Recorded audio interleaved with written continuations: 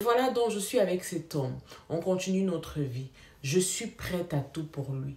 Lui aussi, il est prêt à tout pour moi. Je suis la femme de sa vie. Je prends les choses en main. On a notre destin entre nos mains. Et on s'est dit qu'un jour, on va y arriver. Je pensais qu'on était sur la même longueur d'onde. Mais sinon, la vie m'a rattrapé à une période.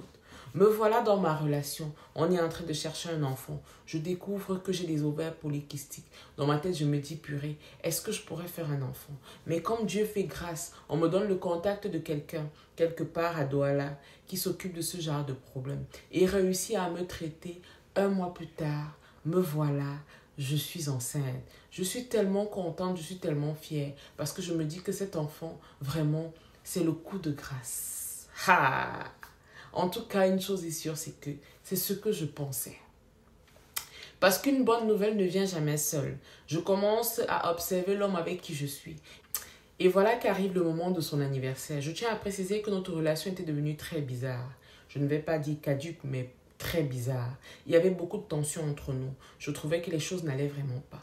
Et il débarque à la maison avec plein de cadeaux. Et il m'annonce, tu sais, mon ex a envie de revenir dans ma vie. On se met à rire, lui et moi, des cadeaux que son ex a apportés. Il me montre les messages en question. Je tiens à préciser encore une autre chose. Je connaissais son mot de passe, il connaissait mon mot de passe. On ne se cachait rien, on s'échangeait tout. On était transparents. Je suis enceinte. Les tensions ne font que s'augmenter. Je vis ma période de grossesse très très mal. Je la vis vraiment mal. L'homme avec qui je suis n'est jamais là. Il est toujours parti. Il est très distant. Je me plains ici et là. On me dit, oh ma chérie, calme-toi. Mets la main sur le cœur. Tu sais, ces hommes-là, on ne peut pas les comprendre. Que dire? Je supporte et j'accepte. On engage la procédure pour notre immigration. Immigration Canada, bien sûr. Quand je l'ai rencontré, il me disait, j'aimerais que mon enfant porte X prénom. Si je fais un enfant un jour, j'aimerais que cet enfant porte X prénom. Je lui dis, ok, d'accord, il n'y a pas de souci. Vu qu'aujourd'hui je suis enceinte, je sais que cet enfant portera ce prénom-là. On commence la procédure. Il faut gérer financièrement. Je gère financièrement. Lui aussi, il gère un tout petit peu financièrement. Sur 100%, j'ai géré 88% pour cette procédure. Et alors, en fouillant son téléphone, je découvre des choses. Je suis tellement choquée. Il s'est remis avec l'ex en question. Jamais 203, les gars. Parmi les choses que je découvre qu'elle aussi, elle est enceinte, les gars. Quand j'essaie de calculer, je me rends compte que j'accoucherai sûrement 3 semaines avant elle. Je fais les problèmes, je me plains. Qui pour m'écouter? Qui pour m'épauler? Personne.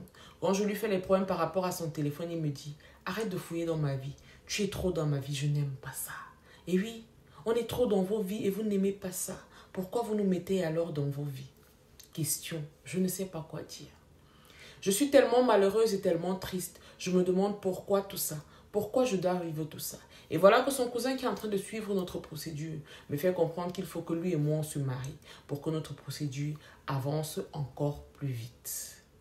Je lui dis, tu sais, si on doit se marier, j'aimerais au moins que les gens de ma famille soient là, que tout le monde soit là et que ça se passe bien. Lui, de son côté, me dit, je ne voudrais qu'il n'y ait personne de ma famille.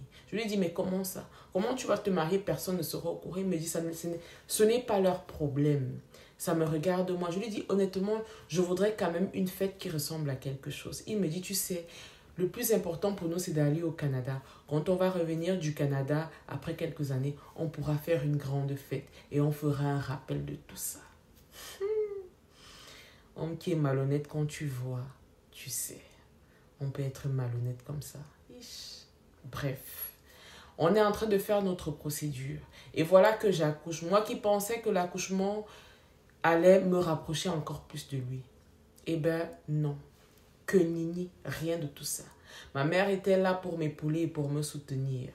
Le prénom qu'il avait choisi à l'époque, qu'il disait « J'aimerais que mon enfant porte ce prénom ». Ma fille n'a pu porter ce prénom-là. Il a décidé que ma fille allait porter un autre prénom. 3 semaines plus tard, l'autre aussi accouche. Et qu'est-ce que j'entends? J'entends quelque part qu'elle aussi, elle a accouché une fille et que sa fille porte le fameux prénom. Le fameux prénom qu'il a tant aimé, qu'il a tant chéri. et qui disait, mon premier enfant va porter ce prénom-là. C'est l'autre, la fille de l'autre, qui a porté ce prénom. Dès cet instant, tu aurais dû comprendre qu'en fait, où son cœur bat véritablement, c'est là-bas. Ce n'est pas chez toi. Je tiens à préciser autre chose. Lui et cette fille se sont séparés à une période parce que cette fille disait de lui qu'il n'avait pas d'argent, il n'avait aucune situation et qu'elle ne pouvait pas continuer à être avec un homme qui n'a pas d'argent. Donc aujourd'hui qu'il a l'argent, ils se sont remis ensemble. Vous comprenez alors quand je dis que les hommes sont bizarres. Je constate que ma belle-mère est très amie avec cette fille. Je constate aussi que mes belles-sœurs sont très en contact avec la même fille. Elles font des sorties ensemble, des déplacements, des voyages ensemble. Elles assistent même à certains événements dans la famille. Et quand je me plains, on estime que je n'ai pas le droit de me plaindre. Tout simplement parce que non, il n'y a rien du tout. C'est toi la mère de la maison, c'est toi qu'on a choisi. C'est le mot, c'est la phrase que je déteste le plus au monde. Il y a aussi ce petit nom de la reine-mère, notre mère, celle qu'on a choisie. Je déteste ça. Je déteste ça parce que c'est de la pure manipulation. Pour ma part, c'est une insulte envers la personne qui vit avec votre frère. Parce que vous savez au fond de vous que ce n'est pas ça la réalité. Le plus triste dans cette histoire, c'est qu'il y a toujours des belles sœurs pour encourager les bêtises. Une mère qui est toujours là pour encourager son fils. Vous oubliez que parmi vos enfants, vous avez aussi des filles et qu'un jour elles iront en mariage. Et honnêtement, je leur souhaite toujours de vivre la même chose. Exactement la même chose ou alors plus pire que ça. Parce que c'est trop facile de ne pas se mettre à la place de l'autre et de ressentir la douleur qu'une femme peut ressentir quand elle se sent trahie par les personnes qu'elle pensait être ces personnes. Je suis face à moi, face à mon destin, face à un mariage que je regarde avec beaucoup de peine. Je me rends compte que la famille que j'ai choisie est vraiment très bizarre. Mais je me bats pour cette relation. Je me bats pour que les choses aillent bien. J'essaie de faire les choses bien pour que vraiment les tensions s'apaisent le plus longtemps possible. Voilà que la procédure continue. Il n'a pas eu le courage de me dire effectivement que cette dernière avait accouché, mais il savait que j'étais au courant. Il ne s'est même pas excusé. Il n'a même pas parlé de ça une seule fois. Moi étant ce que je suis, vu que je suis une amoureuse de l'amour, un peu comme les chroniques de Lilou. Oui, nous sommes les amoureuses de l'amour. Que faire? Je lui propose quelque chose. Est-ce qu'il n'est pas mieux que tu introduises le nom de ta fille que tu as fait dehors dans notre procédure pour immigrer? Il me dit sans souci. Mais à quel moment, moi, en tant que femme, je peux proposer ça à un homme? Sur tout ce que j'ai de plus cher, je ne peux jamais proposer ça. Ma chérie, je ne sais pas qui t'a donné le courage de proposer ça, mais vraiment, tu es courageuse. Si c'est de l'amour, vraiment, chapeau. On finit par se marier. Nous étions au total 6. Lui et moi, plus nos deux témoins.